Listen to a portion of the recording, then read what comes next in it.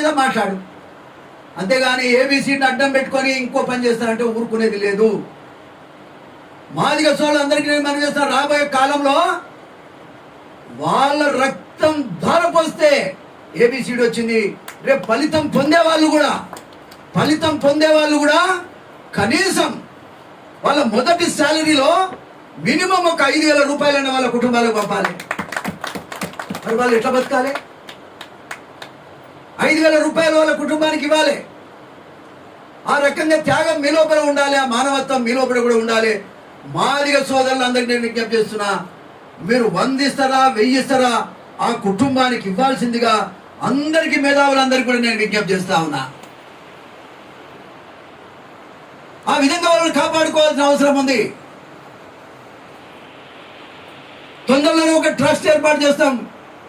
ఆ నలుగురి పేరు మీద మీరు పంపే డబ్బు మా నలుగురికి చెందుతుంది.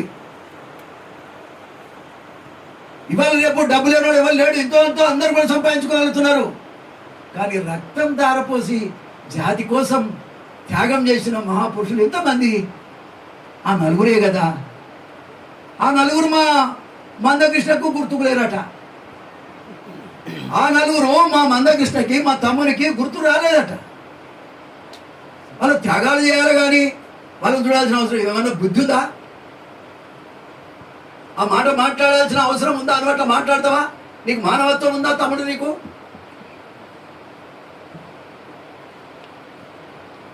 కాబట్టి ఖచ్చితంగా ఇది అమలు చేయాలని ముఖ్యమంత్రి గారికి కూడా విజ్ఞప్తి చేస్తున్నాం. చాలా విషయాలు ఉన్నాయి. తెలంగాణ వచ్చిన తర్వాత మా జాతి మొత్తం చాలా నష్టపోయింది. లేవలేని పరిస్థితుల్లో మేము ఉన్నాం. ఖచ్చితంగా ఎవరు కూడా ఊళ్ళల్లో ఉండే మాదిగ సోదర సోదరిమణులందరినీ నేను విజ్ఞప్తి చేస్తున్నా, ఇక ముందు దండోరా ముచ్చట పక్కన పెట్టుండ్రి. ఎవరు కూడా డప్పుల కార్యక్రమం పెట్టుకోకండి. ఒకవేళ అది అమలు జరగకపోతే మోత్కుపల్లి నరసింహులు భూమి మీద ఉండడు. భూమి మీద ఉండడు. పౌరుషం కలిగిన బతుకునాది. అంతేగాని దొంగ మాటలు మాట్లాడేటువంటి వ్యక్తిత్వం నాది కాదు. కృష్ణ మాదిగ మాటలు వినకండి. అనవసరంగా జాతికి నష్టం చేయొద్దని కూడా నేను విజ్ఞప్తి చేస్తా ఉన్నాను. ఎవరు కూడా కేసులు అయితే అనవసరంగా అవసరం లేదు కదా. ఏబిసిడి వర్గీకరణ అయిపోయిన తర్వాత ఎంఆర్పిఎస్ ఎక్కడుంది? ఇంకా దాని పుట్టుకనే ఈ ఏబిసిడి కోసం. అది అయిపోయింది కాబట్టి ఎంఆర్పిఎస్ అనేది ఉండటానికి కూడా వీల్లేదు.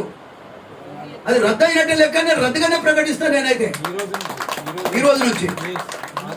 ఎందుకంటే దాని పుట్టుకలో ఆయన మొట్టమొదట వచ్చిన ఆశీర్వాదం తీసుకున్న రోజు ఆయన కోసం